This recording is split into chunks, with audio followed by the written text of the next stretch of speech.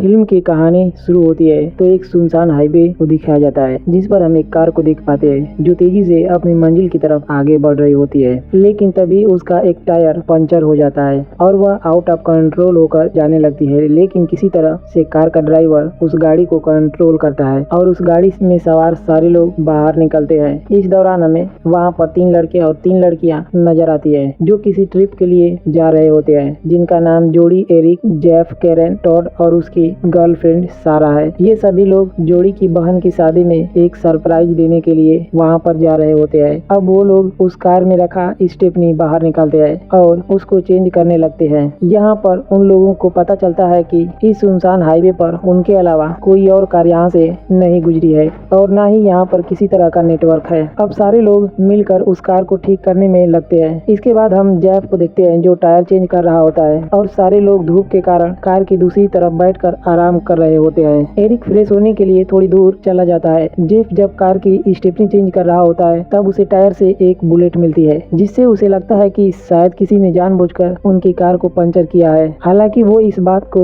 ज्यादा सीरियस नहीं लेता है क्योंकि वो तो एक घने और सुनसान जंगलों के बीच से गुजर रहे थे। तभी टोड देखता है कि पास ही रखा हुआ स्टेपनी टायर वहाँ से लुढ़क कर हाईवे पर आगे की ओर जा रहा है। वो टायर को लेने के लिए उसके पीछे जाता है। इसके बाद सारा जब जेफ को देखने के लिए कार की दूसरी तरफ आती है कि जेफ को किसी ने गोली मार दी थी और उसका सर पूरी तरह से खत्म हो चुका था। इसके पहले कि वह सारे लोगों को ये बता पाती, उसे भी गोली लगती है जो सीधे उसकी आंख में लगती है। इसके बाद एक और गोली उसकी दूसरी आंख में भी आकर लगती है। यह सब उसके बाकी के दोस्त देख लेते हैं जो अभी जिंदा होते हैं। इसके बाद कैरन जोडी और टोड को तुरंत कार के पीछे आने के लिए कहती है क्योंकि वो समझ जाती है कि कोई उन्हें छिपकर निशाना लगा रहा है। वो लोग डरे हुए उस कार के पीछे भागते हैं। इससे पहले कि टोड कार के पीछे जा पाता उसे भी गोली आकर कंधे पर लगती है जिससे वह घायल हो जाता है। इधर एरिक भी अब सभी लोगों के पास आने के लिए आगे बढ़ता है लेकिन वह भी गोलियों की आवाज सुनकर वहीं पर पेड़ के पीछे छिप जाता है। लेकिन दूर बैठा वह शूटर एरिक के ऊपर भी फायरिंग करता है। हालांकि वह पेड़ के पीछे कवर होता है इस कारण उसे गोलियां नहीं लगती है और वह शूटर उसके दोस्त जो कार के पीछे छिपे हुए थे वो उन पर गोली चलाता है। लेकिन तीनों लोग सेफ होते हैं। अब सारे लोग ये समझ जाते हैं कि वो एक बहुत बड़ी मुसीबत में फंस चुके हैं और उनके पास मोबाइल तो है लेकिन उसमें नेटवर्क भी नहीं है। उन्हें समझ में नहीं आता है कि आखिर वो लोग यहाँ से कैसे निकलेंगे। इसके बाद टोड अपना मोबाइल एक सेल्फी स्टिक में बांधकर नेटवर्क खोजने के लिए ऊपर की तरफ करता है लेकिन वह शूटर मोबाइल को भी शूट कर देता है जिससे उसका मोबाइल पूरी तरह से टूट जाता है और सारे लोग बुरी तरह से परेशान होते हैं। उन लोगों को समझ नहीं आता कि इस मुसीबत से बाहर वो लोग कैसे निकलेंगे। टोड सभी लोगों को बताता है कि हमें किसी तरह से इस जगह को चेंज करके दूसरी जगह पर पहुंचना होगा जहां पर शूटर की रेंज न पहुंचे। लेकिन अब तक सारे लोग समझ चुके थे कि वो शूटर बहुत ही परफेक्ट है जिसका निशाना बहुत ही अच्छा है। अगर वो लोग नजर आए तो उन्हें वो शूट कर देगा तुरंत ही। जोडी स्नाइपर की लोकेशन जानने के लिए अपना मोबाइल का कैमरा ऑन करती है और उसे कैमरे में ढूंढने लगती है। इधर कैरन अपना जैकेट एक लकड़ी से शूटर की तरफ करती है ताकि वो शूटर उस जैकेट को उन्हीं में से एक समझकर उस पर गोली चलाए और जोडी स्नाइपर को अपने कैमरे में कैद कर ले। इस बीच टोड कार के अंदर पहुंच जाता है क्योंकि कार का टायर पहले ही जेफ ने लगा दिया था। वह कार को स्टार्ट करने की कोशिश करता है लेकिन इस बीच वो शूटर एक बार फिर से उस पर गोलियां बरसाने लगता है और किसी तरह टोड अपनी जान बचाकर वापस कार के पीछे छिप जाता है। सारा अपने मोबाइल में कैद की उस वीडियो को सभी लोगों को दिखाती है जिसमें उन लोगों को पता चलता है कि वह शूटर एक पेड़ के ऊपर बैठकर उनके ऊपर गोलियां बरसा रहा है। लेकिन उन लोगों को समझ नहीं आता कि आखिर ऐसा वो क्यों कर रहा है। अब सारे लोग बुरी तरह से परेशान होकर अपनी जान बचाने के लिए हर कोशिश करने के लिए तैयार होते हैं लेकिन उन्हें समझ नहीं आता कि वह करे तो क्या करे।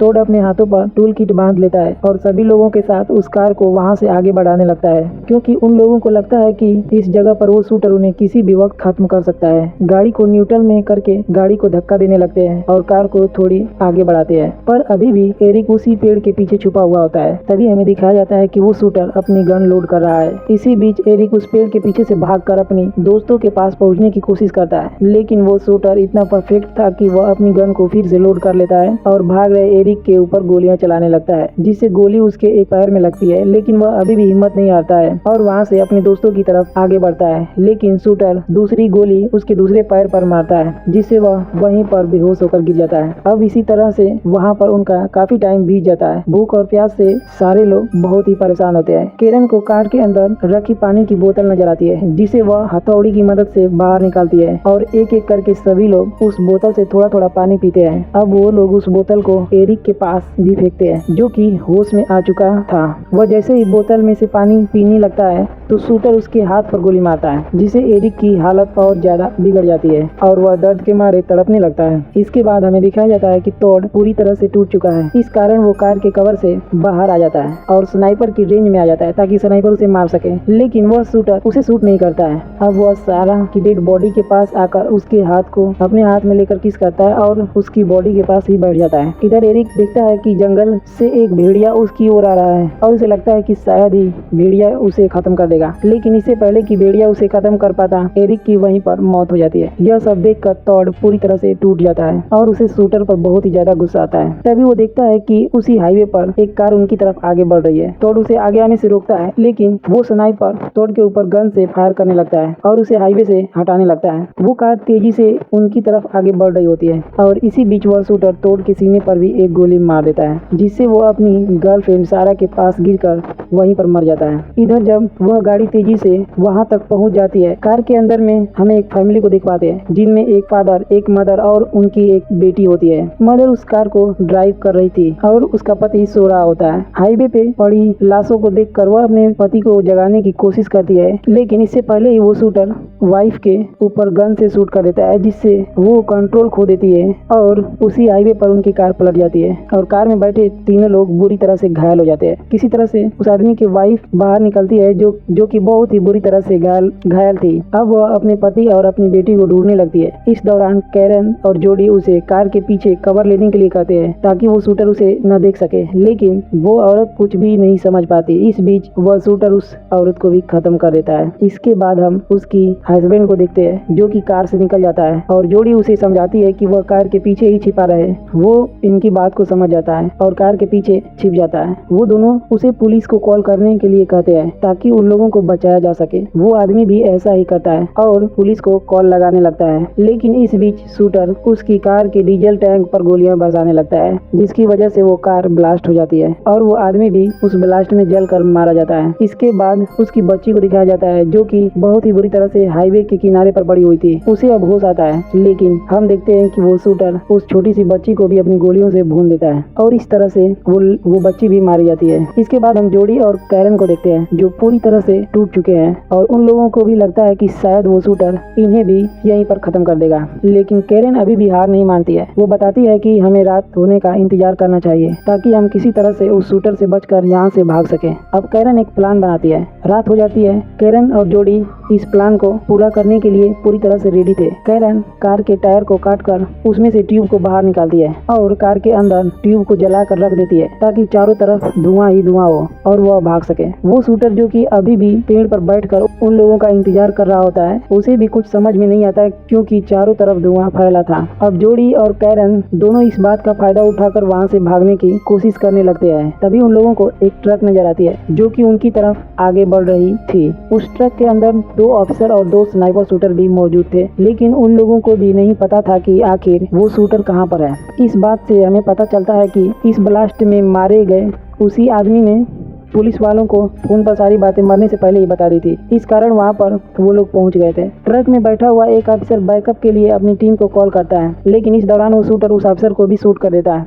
जिससे पुलिस ट्रक पूरी तरह से अनकंट्रोल हो जाती है और तेजी से आगे बढ़ने लगती है। इस दौरान ट्रक में बैठे हुए 2 स्नाइपर में से एक स्नाइपर नीचे गिर जाता है, जिसे पेड़ पर बैठा हुआ शूटर बेरहमी से खत्म कर देता है। और यह सब देखकर कैरन जोडी से कहती है कि हमें यहाँ से किसी तरह से भागकर जंगलों की तरफ जाना होगा ताकि हम अपनी जान बचा सकें। लेकिन जोडी अभी भी बहुत ज्यादा डरी हुई थी। उसे लगता है कि वो शूटर उन्हें भी खत्म कर देगा। इस कारण यहाँ से वो नहीं जाना चाहती है। कैरन अब अकेले ही जंगलों की तरफ भागने लगती है और कुछ ही दूरी पर पहुँचने पर वह शूटर उसे भी शूट कर देता है, जिससे कैरन भी मारी जाती है। इसके बाद वह पुलिस ट्रक भी जोडी के बहुत ही करीब आ चुका था। जोडी भागकर उस ट्रक के पीछे पहुंच जाती है, जहां पर 2 पुलिस वाले मौजूद थे। वो उन्हें बताती है कि यहाँ पर एक स्नाइपर है, जो कि पेड़ पर बैठकर लोगों को अपना निशाना बना रहा है और उसने अब तक कई लोगों को खत्म कर दिया है। वो उन लोगों को वहां से भागने के लिए कहती है, लेकिन वो दोनों पुलिस वाले अब उस शूटर को किसी भी तरह से खत्म करने की बारे में सोच रहे होते हैं, क्योंकि उनके 2 साथियों को उस शूटर ने खत्म कर दिया था।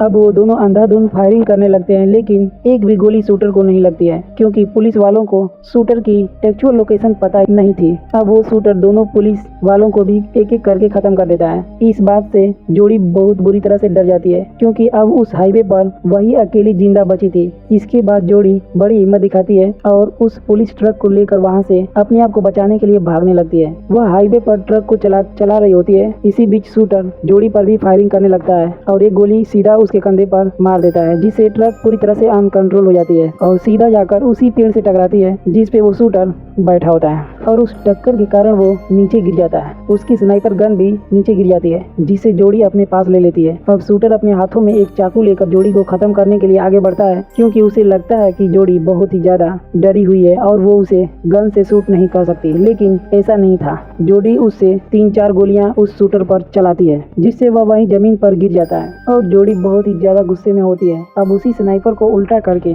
शूटर के मुंह पर कई बार मारती है। इसी बीच उस स्नाइपर गन की जो ट्रिगर होता है शूटर के मुंह पर मारने की वजह से दब जाता है, जिससे एक गोली चल जाती है और वो सीधा जाकर जोड़ी के गले में लगती है, जिससे जोड़ी की वहीं पर मौत हो जाती है। और इस तरह से इस मूवी में एक भी इंसान जिंदा नहीं बचता है। तो ये कहानी यहीं पे समाप्त होती है।